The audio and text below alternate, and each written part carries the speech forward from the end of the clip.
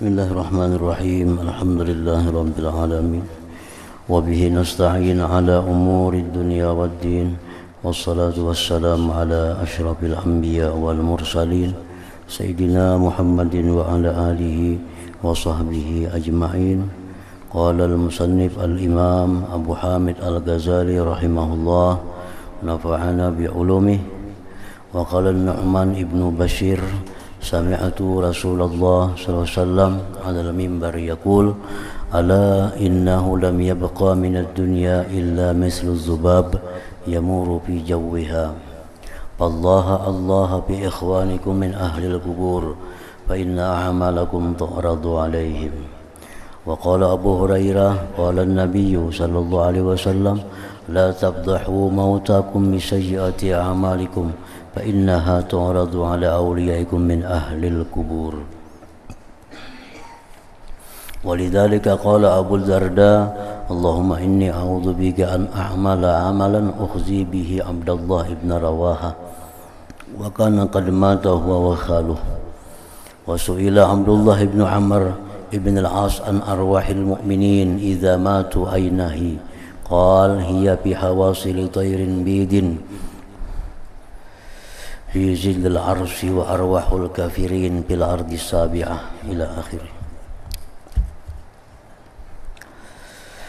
An-Nu'man bin Bashir radhiyallahu anhu berkata, saya mendengar Rasulullah sallallahu alaihi wasallam di atas mimbar beliau bersabda, ala innahu lam yabqa minad dunya illa mislu zubab yamurru fi jawwiha. Allah fi ikhwanikum min ahlil kubur fa inna a'malakum tu'radu alaihim. Artinya, ingatlah, sesungguhnya tidak tersisa dari dunia melainkan seperti lalat yang hilir mudik di udaranya. Artinya dunia ini sudah lebih banyak yang telah lalu umurnya daripada yang tersisa. Bahwa dunia ini sudah melewati lebih daripada separuhnya daripada umur dunia. Yang diumpamakan Nabi seperti lalat yang hilir mudik di udaranya. Maka takutlah terhadap Allah. Takutlah terhadap Allah pada saudara-saudaramu dari penghuni kubur. Karena sesungguhnya amal perbuatanmu itu diperlihatkan kepada mereka. Amal perbuatan kita di alam dunia ini diperlihatkan oleh Allah kepada keluarga kita yang di dalam kubur itu. Sehingga mereka apabila melihat amal perbuatan kita dalam dunia ini baik, istabsyaru, mereka gembira. Mereka gembira, mereka berbangga kepada kawan-kawannya yang di alam kubur sana. Ujarnya, lihat itu amal saudaraku, itu amal anakku baik, lihat itu amal keponakanku bagus. Dia gembira dan berbangga kepada kawan-kawannya daripada ahlul kubur. Nah, jika amal perbuatan kita dalam dunia ini jahat, amal perbuatan kita dalam dunia ini maksiat, maka mereka pun sedih di dalam kubur dan mereka pun merasa malu dengan kawan-kawannya min ahlil kubur bahwa mereka punya keluarga yang banyak maksiat di atas dunia ini.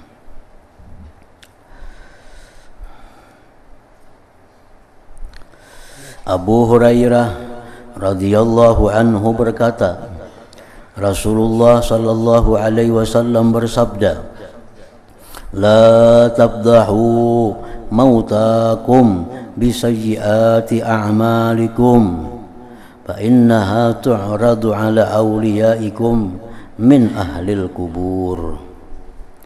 Artinya, janganlah kamu membuat malu orang-orang yang meninggal dari kamu dengan kejelikan amal perbuatan. Sangat malu orang tua dikubur kalau anaknya maksiat kepada Allah. Sangat malu ibunya dalam kubur kalau anaknya maksiat kepada Allah. Supan dengan tetangga-tetangga di kubur, supan dengan kawan-kawan di alam arwah sana kalau anak cucunya berbuat maksiat kepada Allah. La tabdahu mautakum bisajiati amalikum. Jangan kamu membuat malu orang-orang yang meninggal dari kamu dengan kejelikan amal perbuatan. Karena sesungguhnya amal perbuatan itu diperlihatkan kepada kekasih-kekasihmu dari penghuni kubur.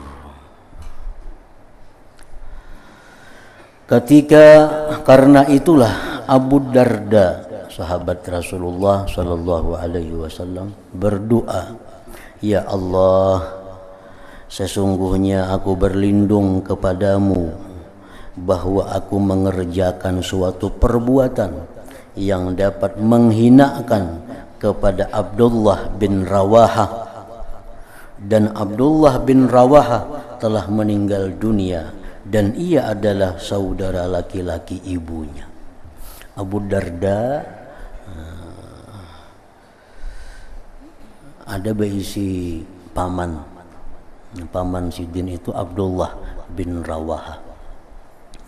Ini Abdullah bin Rawahah ini sahabat besar, sahabat yang sangat dimuliakan, dan beliau pun meninggal sebagai syahid di perang Mu'tah, perang yang terjadi di tahun 8 Hijriah di Yordania. Waktu itu Nabi mengirim satu pasukan, Nabi kita mengirim satu pasukan perang untuk berangkat ke sana. Nabi kita berpesan kepada pasukan perang ini bahwa, ujar Nabi, yang memimpin tentara ini adalah yang pertama Zaid bin Harisah. Ini sahabat yang sangat dicintai Rasulullah, yang punya gelar Hibbu Rasulillah, kekasih Rasulullah. Perang ini, ujar Nabi, dipimpin oleh kekasihku Zaid bin Harisah. Apabila Zaid ini nantinya gugur, terbunuh, maka panglima perang diambil alih oleh Ja'far bin Abi Thalib, sepupu Nabi dan sanak Sayyidina Ali. Nah, apabila Ja'far ini nantinya gugur dalam perang itu, maka panglima akan diambil alih oleh Abdullah bin Rawahah ini. Abdullah bin Rawahah. Lalu Nabi kita menangis sesudah mengucapkan itu. Karena Nabi sudah tahu bahwa perang ini akan memakan korban yang banyak daripada kaum muslimin, terutama tokoh-tokohnya, sahabat-sahabat besar, Zaid bin Harisah, Ja'far sepupu Nabi, Abdullah bin Rawahah. Nah, kalau Abdullah bin Rawahah ini nanti gugur dalam perang itu, kata Rasulullah, maka akan datang asadun min asadillah, akan datang serigala Allah, atau ada yang mengatakan Saifullah, pedang Allah, dialah Khalid bin Walid. Nah, di tangan inilah nanti kaum muslimin menang dalam peperangan itu. Nah, jadi perang ini berangkat sampai di sana berperang. Ternyata memang apa yang disampaikan oleh Nabi, Zaid bin Harisah gugur, dibunuh oleh orang kafir, kemudian pemimpin diganti oleh Ja'far bin Abi Thalib, gugur juga, diganti oleh Abdullah bin Rawahah, ini gugur juga. Hanyar panglima diambil alih oleh Khalid bin Walid. Nah, hanyar kaum muslimin menang dalam perang itu. Nah, jadi Abdullah bin Rawahah ini sahabat yang besar sekaligus sebagai seorang yang mati syahid. Ada berisi kemanakan ngarannya Abu Darda.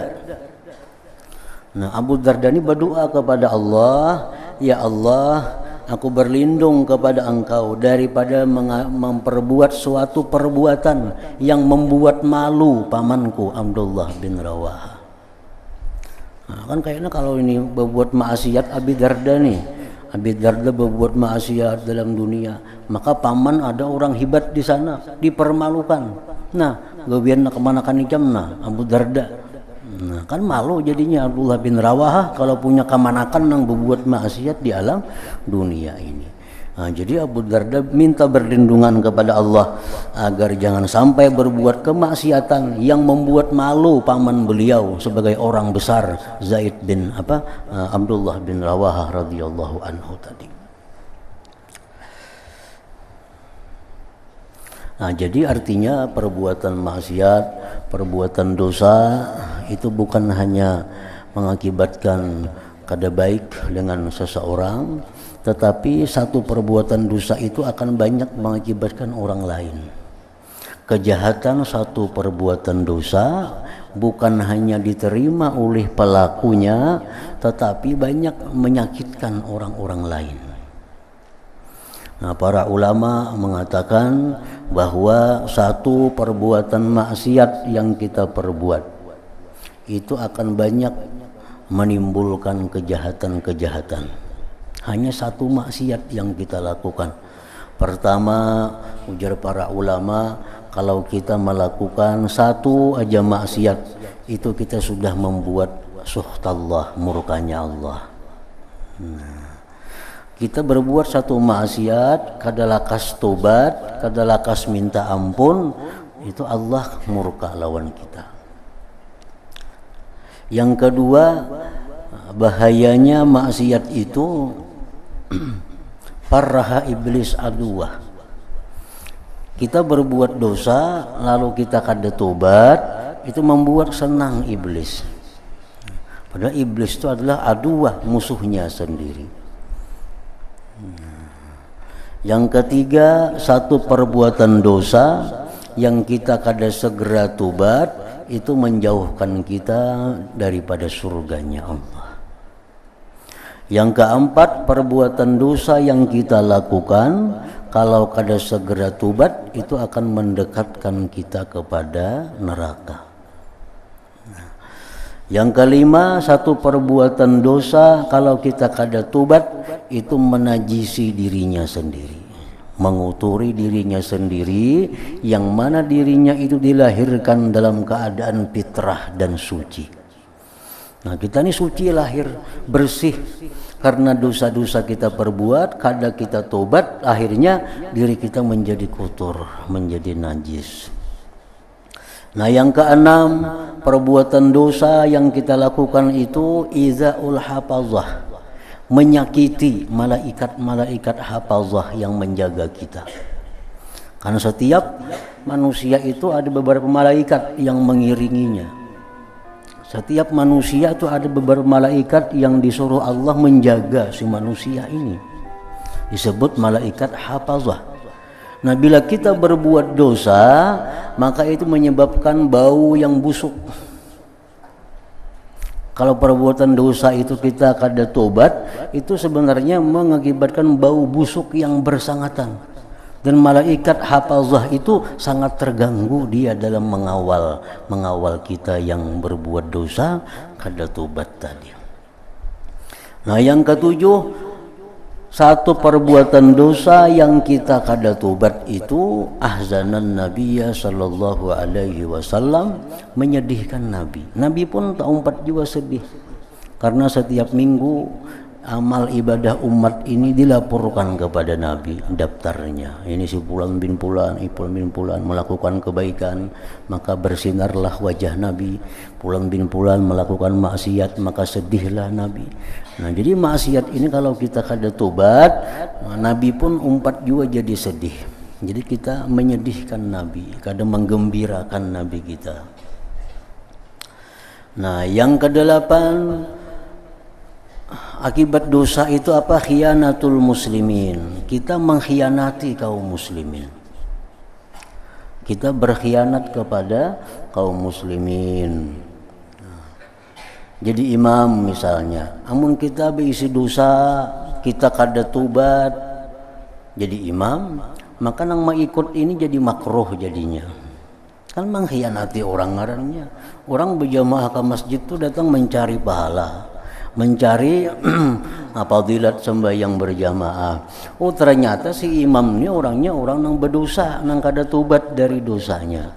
Nah, maka yang hendak dicapai oleh jamaah kaum muslimin itu pahala jadi makruh. Kita makruh mengikut imam yang kita ketahui kefasikannya. Nah, jadi saksi nikah umpamanya, saksi nikah mesti orang yang adil. Ini orang berbuat dosa, kada tobat-tobat dari dosa. Jadi saksi nikah orang terganggu kesahannya. Jadi khianat kepada kaum muslimin.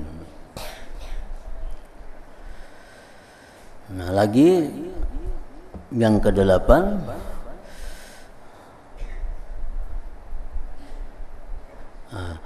yang ke-10, yang ke-9 khianatul muslimin, khianat kepada kaum muslimin. Yang ke-10 ihzanu aqaribih fil kubur, membuat duka cita keluarganya di dalam kubur. Banyak artinya akibat dosa-dosa yang diperbuat itu. Nah, kalau kita tobat dari dosa itu ya kada jadi masalah. Hanya berbuat dosa hari-hari, tapi tobatnya juga lebih banyak daripada dosanya. Nah, jadi setiap dosa nang kita kada tobat lawan Allah, banyak benar negatifnya, banyak benar nang tersangkut dengan perbuatan kita itu. Kuitan kita, orang tua kita jadi sedih, keluarga-keluarga lain jadi supan di alam kubur, anak cucunya, kemanakannya berbuat dosa. Nabi sudahnya sedih. Malaikat hafazah ini terganggu dalam mengawal kita. Dan lagi satu perbuatan dosa itu bisa pula jalbul bala, menarik bala, membawa datangnya bala. Nah, bala itu bila turun bukan hanya orang yang berbuat dosa yang kena, tapi di sekelilingnya pun akan kena juga. Nah, orang berbuat dosa kada tobat-tobat itu bisa diturunkan Allah bala kepadanya. Bila bala itu turun, al bala idza nazala amma. Bala kalau nya turun itu kada seekong aja nang dapat bala, sakampungan dapat musibahnya, dapat bala itu. Nah, jadi itulah pengkhianatan orang yang berbuat dosa yang kada tobat daripada dosanya itu. Datang laporan ke kubur, untuk anak ikam di dunia, anak kemanakan ikam mabuk, nah umpamanya. Datang ke dalam kubur laporan anak ikam, anak kemanakan ikam berjudi. Nah, datang ke kubur laporan anak ikam, kemanakan ikam, cucu ikam berzina. Oh, dalam kubur ada kesandangan lagi. Nah, mana sudah seorang macam-macam dihadapi di kubur. Datang lagi laporan-laporan dari malaikat yang membuat makin susah orang yang di alam kubur itu. Abdullah bin Amr bin As radhiyallahu anhuma ditanya tentang roh orang-orang mukmin apabila mereka meninggal dunia, di mana ia? Abdullah bin Amr bin As radhiyallahu anhuma ditanya tentang roh orang-orang mukmin apabila mereka meninggal dunia, di mana ia? Abdullah bin Amr bin As menjawab, berada dalam tembuluk sayap burung yang putih pada naungan aras, dan roh orang-orang kafir dalam bumi yang ketujuh.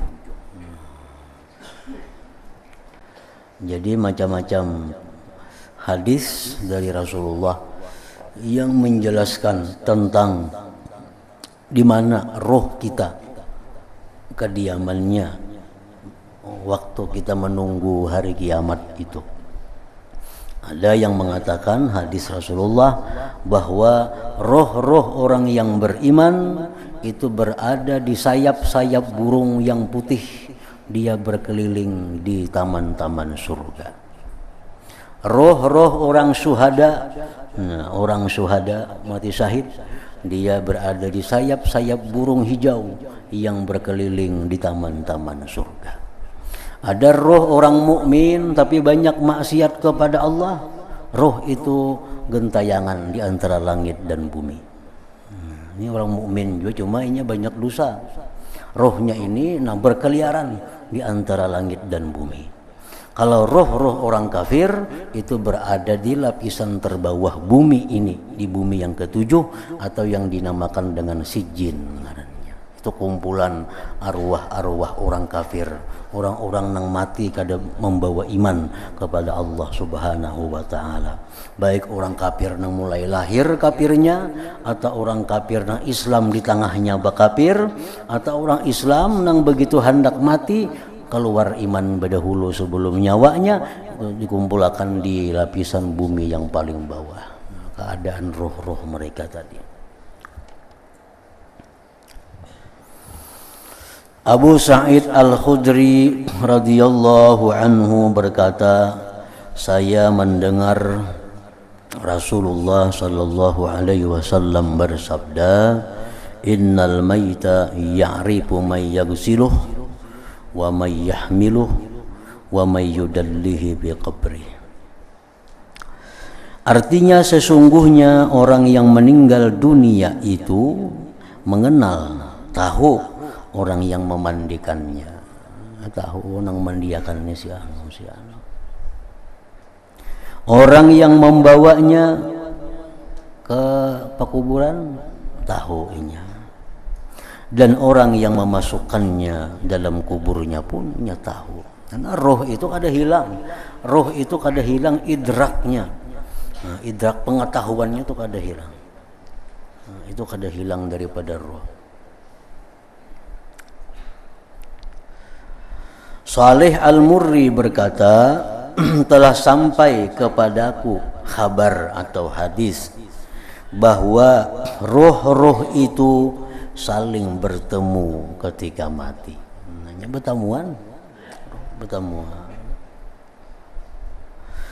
Lalu berkata kepada roh yang keluar kepada mereka, bagaimana tempat tinggalmu dan pada yang mana dari dua tubuh kamu berada, pada yang baik atau yang jelek. Nah, ini saling bertanya, bertakun tentang keadaan roh sama pada roh di alam arwah sana. Ubaid bin Umair berkata, penghuni kubur mengintai berita-berita.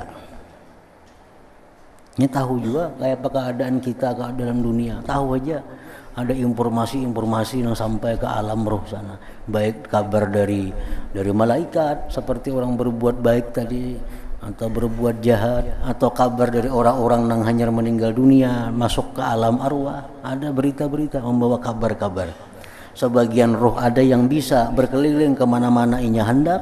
Roh-roh orang mulia mungkin kemana inya hendaknya bisa mengetahui keadaan-keadaan dunia walaupun kada diberi informasi dari orang lain. Ada sebagian roh yang tertahan yang kada bisa tahu keadaan dunia kecuali ada informasi daripada kawan-kawan di alam arwah sana. Nah, tergantung kemuliaannya roh-roh itu di sana. Penghuni kubur mengintai berita-berita. Lalu apabila orang yang mati datang kepada mereka, maka mereka bertanya, apa yang diperbuat si fulan? Ini roh-roh nang kada bisa hendak kemana-mana, nang kada diberi keistimewaan untuk menghendaki kemana inya menuju. Hanya menunggu kabar, menunggu ada berita hanya tahu.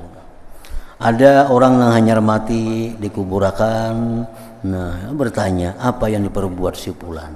Nah si fulan itu apa ini gawiannya? Masihkah berdagang, masihkah menure? Bertakon lawan yang hanya datang nih.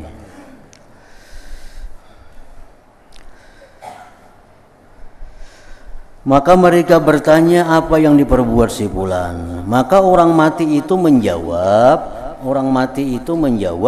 apakah tidak datang kepadamu atau ia belum datang kepadamu? Makanya berdahulu mati pada aku kada bertamuan ka igam. Nang hanyar mati nih. Nang hanyar mati ditakuni oleh nang lawas, mana si fulan ini di mana? Jangan hanya datang makanya dulu pada aku mati. Kemana sasatnya itu? Kada bertamuan lawan igam. Nah mereka berkata inna lillahi wa inna ilaihi raji'un. Ujar nang lawas mati ini inna lillahi wa inna ilaihi raji'un. Ia dijalankan dengan jalan yang bukan jalan kita. Berarti kawan kita mati karena membawa iman. Nah, berarti lain kumpulan alam arwahnya. Padahal dulunya Islam, dulu sembahyang, mengaji segala macam. mati mungkin matinya kada membawa iman, matinya su'ul khatimah, sehingga kada bertemu dengan kawan-kawan arwah yang beriman. Di mana? Jadi jangan hanya datang nih orang beriman, nih hanya datang orang beriman ditakuni sudah berdahulu pada aku. Berartinya bukan ke sini, berarti ke sana. Innalillahi wa inna ilaihi raji'un. Jadi kalau tak kumpul artinya roh-roh orang nang bagus dengan roh-roh orang nang jahat itu.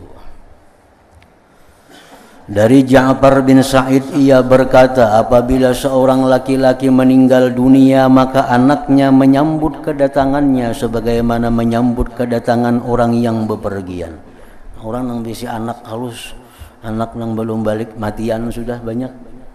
Nah begitu orang tuanya mati, anak-anaknya menyambut di sana, anak-anaknya menunggu di sana, sebagaimana menyambut datangnya orang yang musafir yang jauh. Mujahid berkata, sesungguhnya seseorang laki-laki diberi kabar gembira dengan kebaikan anaknya dalam kuburnya. Diberi kabar kalau anaknya baik, diberitahu dalam kubur orang tuanya, arwahnya itu, anak engkau naik haji, anak engkau berumrah, anak engkau memberi makan anak yatim, anak engkau menuntut ilmu, diberitahu orang tuanya di dalam kubur itu. Abu Ayyub Al-Ansari meriwayatkan dari Nabi sallallahu alaihi wasallam bahwasanya beliau bersabda, Inna nafsal mu'min idza kubidat talaqqaha ahlur rahmati min indillah kama yatalaqqal bashiru fid dunya yaqulun anziru akhakum hatta yastarih fa innahu kana fi karbin shadid fa yas'alunahu madza fa'ala fulan wa madza fa'alat fulanah wa hal tazawwajat fulanah فإذا سألوه عن رجل مات قبله وقال مات قبلي قالوا إنا لله وإنا إليه راجعون ذهب به إلى أمه الهاوية. Artinya sesungguhnya jiwa orang mukmin, roh orang mukmin apabila diambil, dicabut, maka jiwa itu, roh itu dijumpai oleh orang-orang yang punya kasih sayang di sisi Allah Subhanahu wa taala. Jadi roh yang beriman begitu dia meninggal dunia, nah dia ditunggu, dia disambut oleh roh-roh yang punya rahmat di sisi Allah Subhanahu wa taala. Sebagaimana dijumpai oleh orang yang membawa kabar gembira di dunia. Nah ini roh-roh ini ada roh baru yang datang, ini menunggu kabar-kabar dunia yang ini kada tahu apa-apa daripada kejadian dunia. Mereka berkata, tunggulah saudaramu sehingga ia beristirahat. Ada nang madahi, kayaknya dulu betakun, ini istirahat dulu. Nah lainnya nak menggasak betakun kayak apa sih anu dalam dunia, kayak apa sih anu, jangan kawan biarnya istirahat dulu. Nah, sesungguhnya ia dalam kesusahan yang sangat, ini bakas mati kan, dicabut rohnya dari sakit tuh, jadi biar istirahat dulu, karena hanya betakun macam-macam ayo sudah ini istirahat. Lalu mereka bertanya, apa yang diperbuat si fulan dalam dunia, dan apa yang diperbuat si fulana, apa yang diperbuat biniku di sana dalam dunia, nangku tinggalkan kayak apa keadaannya, dan apakah si fulana sudah kawin, biniku kawin kah hingga aku mati ini, aku makannya. Amunnya dapat laki yang bagus, maka inya suka dalam kubur nih. Dapat laki yang bagus, suka dalam kubur. Dapat laki yang kada bagus, menyedihkan juga lawan nang mantan dalam kubur nih. Dan apakah si fulanah sudah kawin? Maka apabila mereka bertanya kepadanya tentang seseorang yang meninggal dunia sebelumnya, dan ia menjawab, ia telah meninggal dunia sebelumku. Kalau betakun, kalau bertanya mana si fulan, padahal fulan itu sudah lawas, sudah mati juga. Nah, maka mereka berkata, inna lillahi wa inna ilaihi raji'un. Ia dibawa kepada tempat kembalinya, yaitu neraka hawiyah. Artinya kalau ada kawan-kawannya yang meninggal kadang membawa iman, matinya itu su'ul khatimah, kada tahunya. Nang kelompok arwah-arwah yang dapat rahmat ni kada tahu. Dikiranya masih hidup aja dalam dunia. Kada tahu mati juga, cuma masuknya kada ke golongan sini, masuknya ke golongan orang-orang yang ingkar kepada Allah. Penjelasan tentang perkataan kubur kepada orang yang telah meninggal dunia. Kubur yang kita tempati itu dia ada berkata-kata. Kubur ini bisa berkata-kata. Seluruh makhluk Allah itu sebenarnya bisa berkata-kata. Banyak mukjizat-mukjizat Nabi yang menampakkan demikian. Ada pohon yang datang kepada Nabi mengucap 2 kalimat syahadat, kan? Nah, kubur ini pun termasuk demikian. Kubur ini bisa berkata-kata kalau Allah menghendaki. Kubur itu bisa berkata-kata. Perkataan orang-orang yang meninggal dunia itu ada kalanya dengan lisanul maqal, lisan ucapan, atau dengan lisanul hal, lisan keadaan. Yang ia lisan keadaan lebih fasih pada memberi paham kepada orang-orang yang meninggal dunia daripada lisanul maqal pada memberi paham kepada orang-orang yang hidup. Nah, kita misal mengantar jenazah ke kubur. Nah, kita lihat jenazah dimasukkan ke kubur, kemudian ditutupi. Nah, itu sebenarnya lisanul hal. Itu lisanul hal. Artinya keadaannya itu berbicara. Cuma kita kadang-kadang menangkap. Kita hanya biasa menangkap lisanul maqal, kita hanya bisa menangkap pembicaraan mulut. Nah, padahal kubur itu walaupun dia kada berkata-kata nang didengar oleh telinga, tetapi keadaan si kubur itu sudah berbicara kepada kita. Apa bicara kubur kepada kita nang hadir nih? Nah, cuma kita kadang mendengar lisan telinga kita, tapi si kubur ini berbicara dengan halnya, dengan keadaannya. Apa aja kubur? Nah, lihat nih kawan ikam. Sekarang masuk ke tempatku. Membawa apa adanya? Adakah membawa kendaraan, adakah membawa gelang jam, adakah membawa cincin, adakah membawa perhiasan, adakah membawa rumah, adakah ada. Hanya dibawanya kain kafan.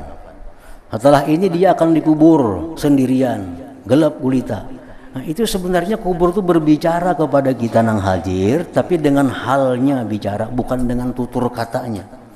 Sebenarnya lisan hal itu lebih fasih daripada kata-kata kalau kita mengerti, kalau kita paham. Rasulullah sallallahu alaihi wasallam bersabda, yaqulul qabru lil mayyit hina yudha'u fihi. Kubur itu berkata, waihak ya bna Adam ma gharraka bi.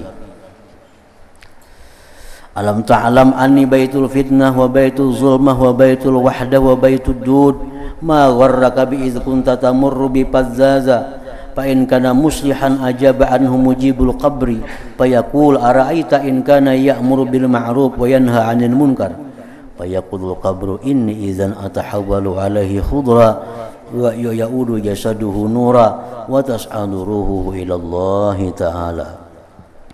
Artinya Rasulullah bersabda, kubur berkata kepada orang yang meninggal dunia ketika ia diletakkan di dalam kubur itu. Belum lagi datang munkar nakir, nah kubur ini sudah membisiki kepada si mayit ini. Ujar kubur apa? Celaka engkau wahai anak Adam. Apa yang menipumu terhadapku? Apa yang menipumu terhadapku? Apakah kamu tidak mengetahui bahwa aku adalah rumah fitnah, rumah kegelapan, rumah sendirian, dan rumah ulat? Apa yang menipumu terhadapku ketika kamu melewatiku dengan maju mundur lalu lalang? Apakah engkau tidak mengambil iktibar denganku? Maksudnya kubur itu.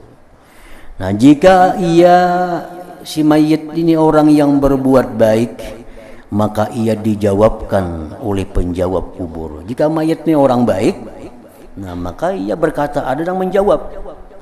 Bagaimana pendapatmu jika ia menyuruh berbuat kebaikan dan melarang berbuat yang munkar? Wahai kubur, ini orang-orang baik, ini mayit-mayit yang baik. Maka kubur menjawab, apabila demikian sesungguhnya saya berubah menjadi hijau atasnya dan tubuhnya kembali bercahaya dan ruhnya naik kepada Allah Subhanahu wa ta'ala. Al-Fazzaz adalah orang yang maju satu kali dan mengakhirkan kaki yang lain ragu-ragu. Demikianlah ditafsirkan oleh perawi hadis tersebut. Nah, kemudian Ubaid ibn Umair al-Laisi berkata,